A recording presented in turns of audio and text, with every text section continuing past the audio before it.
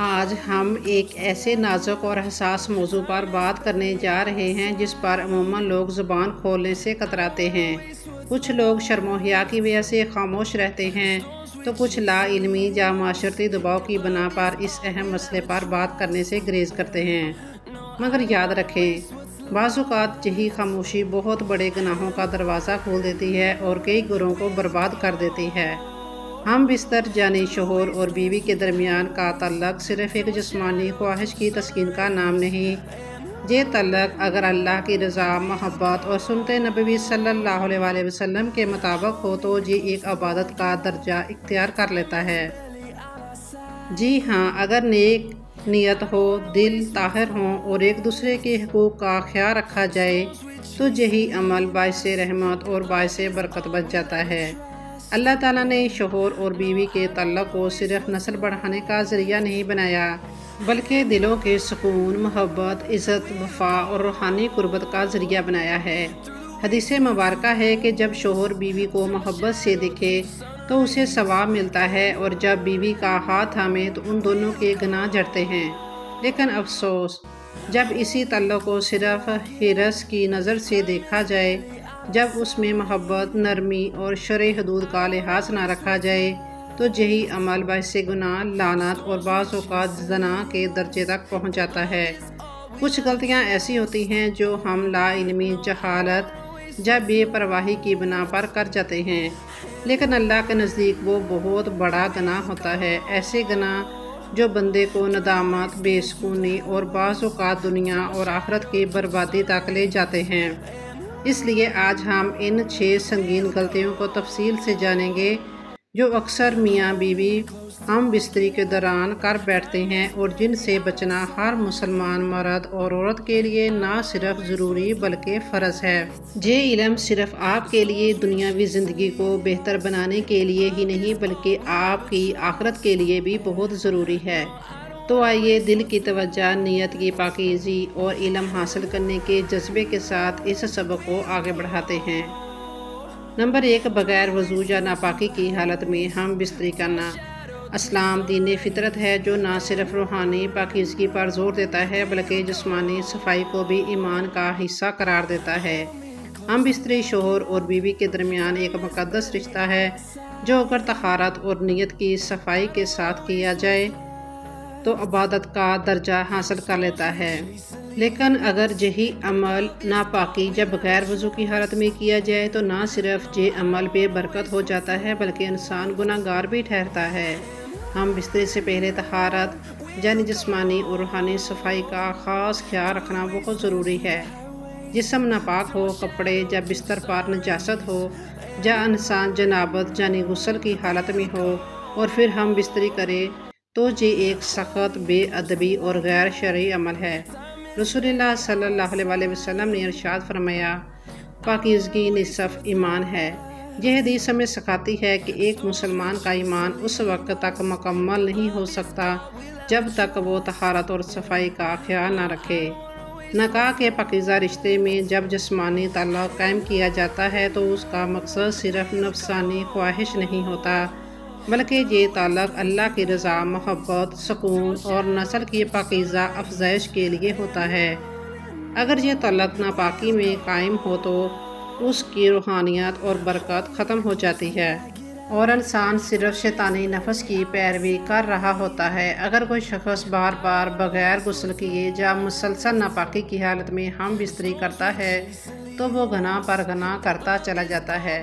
ایسا شخص اللہ کی رحمت سے دور اور شیطان کے قریب ہو جاتا ہے، کیونکہ شیطان ہمیشہ چاہتا ہے کہ انسان پاکیزگی سے دور رہے، اللہ کی نافرمانی کرے اور گناہوں میں مبتلا ہو۔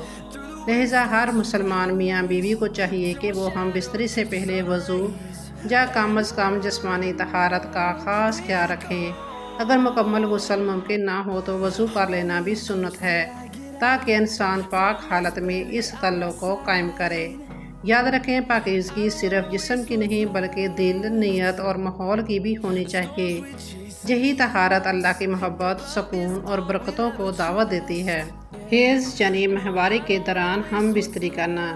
اسلام ایک ایسا مکمل اور مہربان دین ہے جو انسانی فطرت اور عزت نفس کا خیال رکھتا ہے۔ شریعت نے ہر وہ عمل ممنوع قرار دیا ہے جو طبی نقطۂ نظر سے نقصان دہ ہو یا روحانی اور اخلاقی نقطۂ نظر سے نجاست اور فحاشی کی علامت ہو۔ جب عورت حیض کی حالت میں ہوتی ہے تو وہ جسمانی اور نفسیاتی طور پر ایک خاص حالت میں ہوتی ہے۔ یہ حالت نہ صرف عورتوں کے لیے جسمانی کمزوری کا باعث بنتی ہے بلکہ طبی نقطۂ نظر سے بھی خاص ہے۔ اس لیے شریعت نے واضح طور پر اس مدت میں جماع کو حرام قرار دیا ہے۔ اللہ پاک قرآن پاک میں ارشاد فرماتے ہیں کہ دوسرے لوگ آپ سے حیض کے بارے میں پوچھتے ہیں، ان سے کہو کہ یہ نجاست ہے، اس لیے ماہواری کے دوران خواتین سے دور رہے۔ یہ آیت بہت واضح طور پر حیض کے دوران عورت سے ہم بستری سے منع کرتی ہے اور اسے نقصان دہ عمل یعنی تکلیف دہ، بیماری پیدا کرنے والا عمل اور نجاست قرار دے رہا ہے۔ نبی صلی اللہ علیہ وسلم نے ایسے شخص کے لیے بھی سخت تنبیہ فرمائی ہے جو حیض کے دوران اپنی بیوی سے ہم بستری کرتا ہے۔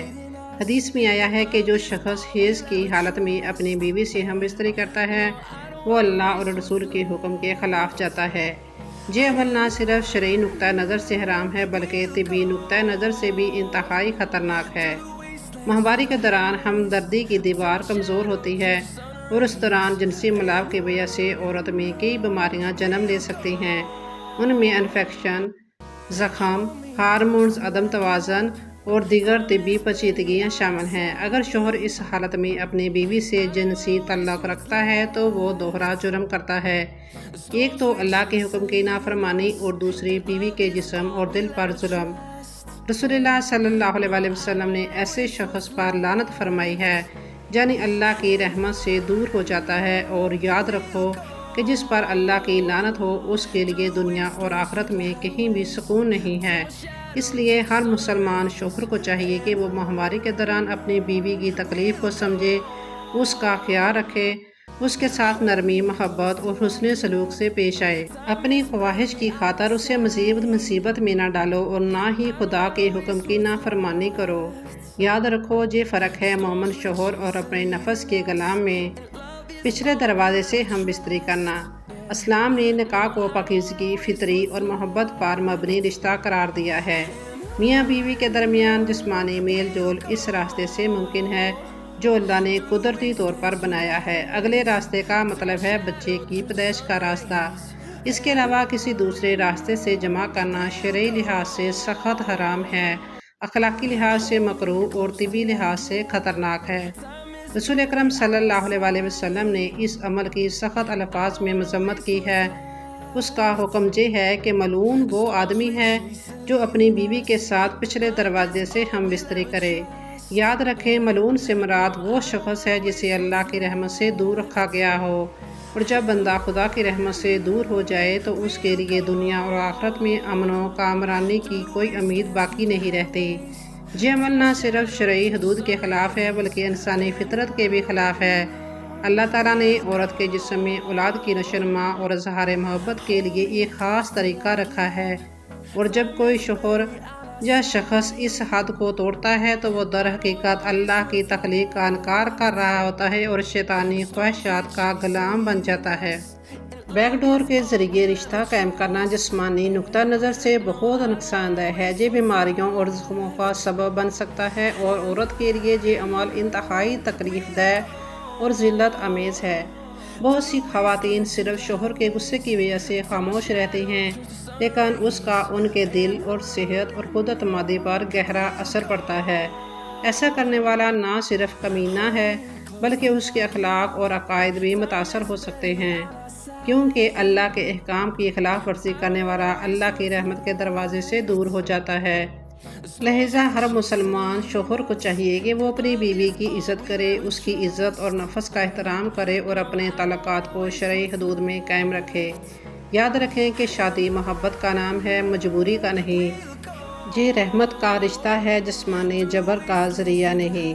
ہم بستری کے دوران غلط سوچنا یا غیر محرم کا تصور کرنا اسلام صرف ظاہری اعمال کو ہی نہیں دیتا بلکہ نیت، دل کے خیالات اور پاکیزگی کو بھی اہمیت دیتا ہے۔ مباشرت میاں بیوی کے درمیان ایک مقدس رشتہ ہے جس میں جسم کے ساتھ ساتھ روح اور دل کا بھی پاکیزہ ہونا چاہیے۔ افسوس آج کے دور میں بہت سے مرد اور عورتیں اس تعلق کے دوران بھی غلط خیالات، غیر شرعی تصورات اور غیروں کے چہرے ذہن میں لا کر نہ صرف اس پاکیزہ عمل کو آلودہ کرتے ہیں بلکہ اپنے دل کو گناہ کی آگ میں جھونک دیتے ہیں۔ نبی کریم صلی اللہ علیہ وسلم نے فرمایا، آنکھوں کا زنا دیکھنا ہے، دل کا زنا سوچنا ہے اور شرمگاہ اس کی تصدیق یا تکذیب کرتی ہے۔ یہ حدیث نہایت جامع اور گہری ہے، جو ہمیں بتاتی ہے کہ صرف جسمانی زنا ہی گناہ نہیں بلکہ آنکھوں کا زنا، حرام کو دیکھنا، زبان کا زنا، فحش بات اور دل کا زنا، غلط سوچ اور تصور بھی اللہ کے نزدیک سخت ناپسندیدہ اور عذاب کا باعث ہے۔ جب کوئی مرد یا عورت اپنے شریک حیات کے ساتھ ہم بستری کے دوران کسی اور عورت یا مرد کا تصور کرتا ہے یا فحش فلموں، پرانی یادوں یا غیر محرم چہرے کو ذہن میں لا کر لذت حاصل کرتا ہے تو وہ حقیقت میں نیت کو ناپاک کر رہا ہوتا ہے، اور یہ عمل روحانی خیانت اور نکاح کے مقدس رشتے سے بے وفائی کے مترادف ہے۔ ایسا شخص بظاہر تو اپنی بیوی یا شوہر کے ساتھ ہوتا ہے لیکن دل اور دماغ کسی اور کے ساتھ مشغول ہوتا ہے۔ یہی وہ لمحہ ہے جہاں سے گناہ کا بیج دل میں بویا جاتا ہے اور آہستہ آہستہ یہ انسان کو زنا، بے وفائی اور بدکاری کی طرف لے جاتا ہے۔ ایسے شخص کی ہم بستری عبادت نہیں بنتی بلکہ ہوس، خیانت اور گناہ کا مجموعہ بن جاتی ہے۔ یاد رکھیں، جسمانی تعلق کو نیت اور تصور کی پاکیزگی ہی عبادت بناتی ہے، ورنہ وہ صرف ایک حیوانی عمل ہے جس میں نہ محبت ہے نہ ثواب۔ لہٰذا ہر مسلمان کو چاہیے کہ وہ اپنی نیت کو صاف رکھے، اپنے دل کو غیر محرم کے تصور سے پاک کرے اور شریک حیات کو وہ عزت، محبت اور مکمل توجہ دے جس کا وہ شرعی اخلاقی حق رکھتا ہے۔ شکر ادا نہ کرنا یا بے ادبی سے پیش آنا۔ نکاح صرف ایک قانونی بندھن نہیں بلکہ محبت، عزت، تعاون اور احساس کا نام ہے۔ ہم بستری میاں بیوی کے درمیان ایک ایسا قریب، حساس اور روحانی تعلق ہے جو صرف جسموں کو نہیں بلکہ دلوں کو بھی جوڑتا ہے۔ اس عمل کے بعد جو رویہ اختیار کیا جاتا ہے وہ اس تعلق کی اصل پہچان بن جاتا ہے۔